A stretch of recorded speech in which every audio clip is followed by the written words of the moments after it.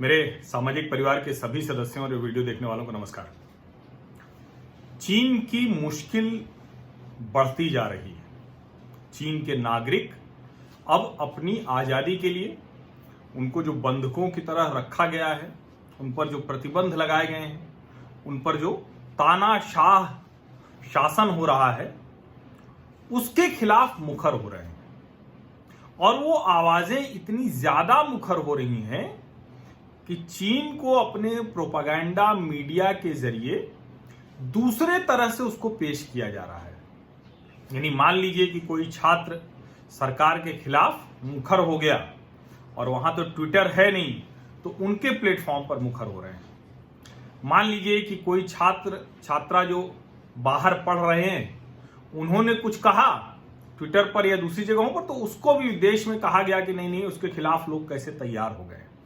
और इस सब के पीछे क्या है कि शायद सामान्य तरीके से चीन चलता रहता तो शायद ये नहीं होता। लेकिन शी जिनपिंग की जो महत्वाकांक्षा है, जो माओ बनने की महत्वाकांक्षा है, या कहें कि माओ को भी पीछे छोड़ देने की जो महत्वाकांक्षा है, जो 2013 में पूर्ण रूप से चीन की सत्ता पर काबिज होने के बाद, चाइनीज कम्युनिस्ट पार्टी पर काबिज होने के बाद, और कहा तो यह भी जाता है कि चाइनीज कम्युनिस्ट पार्टी में भी जो हु जिनताओ के समर्थक थे, इसके पहले के जो राष्ट्रपति हु जिनताओ का जो कार्यकाल है, उसमें चीन बहुत एग्रेसिव नहीं रहा, एक बहुत आक्रामक भूमिका नहीं रही चीन की।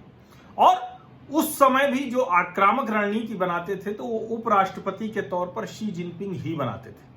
यही वजह थी कि धीरे धीरे चाइनीज कम्युनिस्ट पार्टी में उनका दबदबा बढ़ता गया और वो इस कदर मजबूत हो गए कि अब एक एक करके हु जिनताओ के सभी समर्थकों को वो किनारे कर दिया है। कहा तो यह भी जाता है, वहां से जो खबरें छन के आती हैं, कि चीन में हु जिनताओ के जो समर्थक रहे चाइनीज कम्युनिस्ट पार्टी में, उनमें से कई को मार दिया गया, कई को जेलों में डाल दिया गया और सीक्रेट ट्रायल का शिकार हुए। लेकिन क्योंकि एक जो काम चीन ने किया था कि अपने नागरिकों को, अपने छात्रों को, अपने रिसर्चर्स को वो दुनिया भर में भेजता था, और सबसे ज्यादा निशाना उसका अमेरिका और कनाडा होते थे। तो ये हालांकि दो धारी तलवार थी, और ठीक है कि आप अपने हक के लिए, अपने हित के लिए एक चालाकी में उसका इस्तेमाल कर रहे थे। लेकिन ये भी सच है कि ढेर सारे छात्र जो चीन से निकलकर अमेरिका, कनाडा और दूसरी जगहों पर गए, अब उन छात्रों को समझ में आ रहा है कि अभिव्यक्ति की स्वतंत्रता, आजादी, लोकतंत्र, इस सब का मतलब क्या होता है और कैसे वो चीन में बंधक की तरह जीवन जी रहे थे। और इसीलिए जब चीन के वुहान वायरस ने तबाही मचाई और वुहान वायरस विश्वव्यापी हुआ, तो उसके बाद चीन ने वहां भी चमत्कार दिखाया कि हम तो बड़ा जबरदस्त कर रहे हैं। और मैंने आपको बताया था कि वो जो फैंग वैंग नाम से जो लिखती हैं, उनकी जो डायरी है, वुहान डायरी, या फिर वो सीसीटीवी का रिपोर्टर जिसने वुहान की अव्यवस्थाओं को लेकर, जो मेडिकल इक्विपमेंट्स हैं उनकी कमी को लेकर और ढेर सारी अराजकता को लेकर लिखा था, वो कैसे बदल गया, वो सब हमने आपको बताया था। लेकिन अब जो खबरें आ रही हैं इधर पिछले 2-3 महीनों में, खास करके फरवरी मार्च के बाद से लेकर अभी जून तक, हर दूसरे रोज एक खबर आ रही है कि चीन के छात्र छात्राएं जो दूसरी जगह पढ़ रहे हैं वो मुखर हो रहे हैं। और ऐसे ही जो एक चीन की छात्रा जो सीना वीबो, जो उनका प्लेटफॉर्म है, उस वीबो प्लेटफॉर्म पर वो शू केशिन नोवा XUKEXINNOVA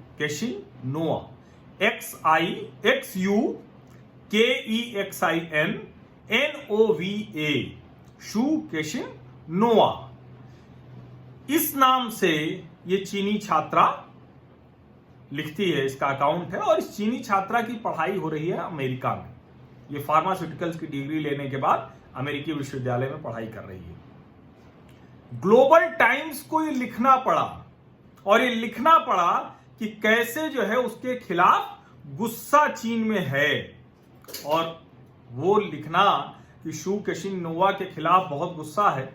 और अगर प्रोपागेंडा वेबसाइट जो चाइनीज कम्युनिस्ट पार्टी का माउथपीस है वो अगर इस तरह से लिख रहा है कि लोगों में बहुत गुस्सा है, चीनी नागरिक बहुत नाराज हैं, इसका मतलब ये हुआ कि वो नाराजगी इतनी जबरदस्त थी, क्योंकि उसने लिखा था, उसने जो अपने पोस्ट में लिखा है, वैसे तो उसने ढेर सारी पोस्ट लिखी है, ग्लोबल टाइम्स में लिखा हुआ, read one of her most controversial post about quarantine hotels for overseas arrivals. I will not return to China because it feels like being in prison, stuck at the airport for more than 10 hours, staying at stinky hotels, drinking dirty water with impurities, eating food with safety issues। ये एक post है शू casein नोवा की Weibo पर। इसके अलावा उसने जाने कितनी पोस्ट लिखी जिसने पूरे चीन में तहलका मचा दिया। और चीन की जो क्वारंटीन फैसिलिटीज हैं, चीन की जो वायरस से लड़ने की योजना है, उस सब को इसने बेनकाब कर दिया। अब उसको ढकने के लिए ये ग्लोबल टाइम्स लगातार इस तरह की प्रोपेगेंडा न्यूज छाप रहा है। वो बताने की कोशिश कर रहा है कि देखिए किसी ने कहा तो ये जो नेशनलिस्ट चाइनीज हैं वो इसके खिलाफ खड़े, लेकिन ऐसा नहीं है। चाइना का नेशनलिज्म बड़ा दूसरी तरह का है, और खास करके चाइनीज कम्युनिस्ट पार्टी के बंधन में वहां राष्ट्रवाद जैसी चीज नहीं है।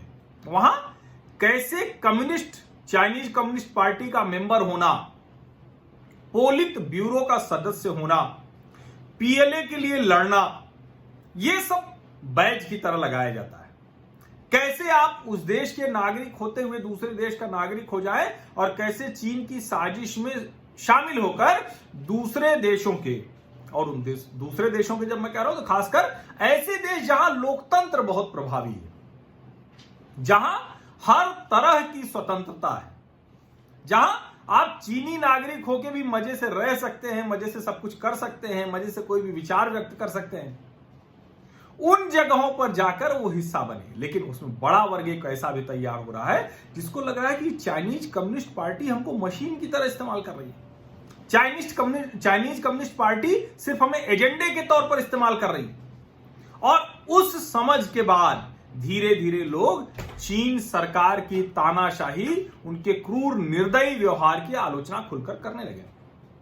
अभी तक ट्विटर पे खबरें आती थी, फेसबुक, ट्विटर, इंस्टाग्राम, जो बहुत ग्लोबल मीडियम है, जहां हर कोई दुनिया भर की बातें लिखता है। भले ही इन मीडियम्स की भी अपनी लिमिटेशंस हों, जैसे ट्विटर तो अक्सर एंटी इंडिया कैंपेन चलाता है, लेकिन उसके बावजूद यहां कम से कम डेमोक्रेसी तो है। आप कुछ भी लिख सकते हैं, कोई किसी को कुछ कह सकता है, कोई तर्क हो सकता है, कोई वाद विवाद हो सकता है। लेकिन आप कल्पना करें कि शू केशिन नोवा, जिस नाम से ये वीबो पर अकाउंट बनाया है इस चीनी छात्रा ने, ये अमेरिका में पढ़ रही है चीनी छात्रा, और इसने वीबो पर अकाउंट बनाया है, और वीबो पर ये कह रही है कि I will not return to China because it feels like being in prison. मैं चीन वापस नहीं लौटूंगी क्योंकि वहां लौटना जेल में रहने जैसा है। ये असली चित्र दिखाता है चीन का। ये दिखाता है कि कैसे पूरा एक देश बंधक है, वहां के नागरिक बंधक है। नागरिक अधिकारियों की तो आप बात ही छोड़ दीजिए। लेकिन अच्छा है कि अब इस तरह से विरोध के स्वर मुखर हो रहे हैं, और मैंने आपको पहले भी, आप मेरे वीडियोस लगातार देखेंगे तो चीन पर ढेर सारे वीडियोस मैंने डाले हैं जो चीन की असल स्थिति बयां करते हैं। ये मैंने डाला है उसमें, और उसको मैं आपको कहता भी हूं कि आप सिर्फ हमारे चैनल को सब्सक्राइब कीजिए, नोटिफिकेशन वाली घंटी दबाइए, लोगों को ये वीडियो भेजिए। आप सिर्फ मेरी ताकत बने रहिए, और कुछ मैं आपसे नहीं मांगता हूं। किसी तरह की और कोई आर्थिक मदद के लिए मैं आपसे रिक्वेस्ट नहीं करता हूं। सिर्फ ये कहता हूं कि आप सब्सक्राइब जरूर कीजिए, नोटिफिकेशन वाली घंटी दबाइए, और दूसरे लोगों तक ये वीडियो पहुंचाइए। और साथ में जहां आप हैं, इन बातों को भारतीय समाज के हर किसी को बताइए कि चीन की असली स्थिति क्या है। चीन कोई चमत्कारिक देश नहीं। और ये जो शू केशिन नोवा वीबो पर जो अकाउंट का नेम है, असली नाम हो सकता है कि कुछ अलग हो, लेकिन इससे पहले ये कैसे पुख्ता होता है, इससे पहले इटली से लौटी ये चीनी छात्रा ने भी ऐसा ही वीडियो डाला था, और इसने कई पोस्ट लिखी हैं। उसका जो इटली से लौटी हुई चीनी छात्रा थी, उसका जो वीडियो था, उसने एक क्वारंटीन केंद्र का ही वीडियो बना दिया था, बेहद बुरे हाल में, वहां जो स्थिति थी वो सामान्य लोगों के रहने जैसी नहीं थी, अमानवीय स्थिति थी उस क्वारंटीन केंद्र में। और चूंकि वो इटली से लौटी थी, चीन से जब गई थी, तब तो उसके दिमाग में चाइनीज नेशनलिज्म था। लेकिन जब वो इटली पहुंची तो उसने देखा, उसको समझ में आया कि राष्ट्रवाद का असली मतलब क्या होता है, नेशनलिज्म का असली मतलब क्या होता है। अगर कोई नेशन अपने ही सिटीजन्स को बंधक बनाकर रखे, उनको जेल जैसे हालात में रखे, किसी को चीन लौटना वो प्रिजन में जाने जैसा लगता है, तो वहां का नेशनलिज्म दूसरी तरह का हो गया ना। और ये लगातार, और कमाल की बात देखिए कि ये दोनों जो हैं, ये छात्राएं हैं, ये फिर से उस तरह का माहौल बन रहा है। और चीन में ये घटनाएं लगातार हो रही हैं। Xi Jinping, Chinese communist party, PLA, propaganda media, सब के लिए ये बहुत संकट की घड़ी है कि वो इसको रोक नहीं पा रहे हैं। लाख सर्विलांस करने के बावजूद, मॉनिटरिंग करने के बावजूद, ढेर सारे छात्र, ह्यूमन राइट्स एक्टिविस्ट, लॉयर्स, अलग अलग लोग वो अपनी अपनी आवाज मुखर कर रहे हैं। दुनिया को इसमें चीन के नागरिकों का, चीन के असली राष्ट्रवादियों का साथ देना चाहिए। ये चाइनीज कम्युनिस्ट पार्टी का शासन ध्वस्त करने में मदद करनी चाहिए। इस चर्चा में शामिल होने के लिए आप लोगों का बहुत बहुत धन्यवाद। और मैंने जो पहले भी कहा कि सब्सक्राइब जरूर कर लीजिए, सामाजिक परिवार का मेरे हिस्सा बनिए और नोटिफिकेशन वाली घंटी दबा दीजिए, जिससे हम देश में जो सार्थक सकारात्मक बदलाव है उसकी मुहिम तो आगे बढ़ा ही सकें, दुनिया में क्या चल रहा है और खासकर चीन की स्थिति क्या है उसके बारे में हर जानकारी आपको मिल सके। बहुत बहुत धन्यवाद।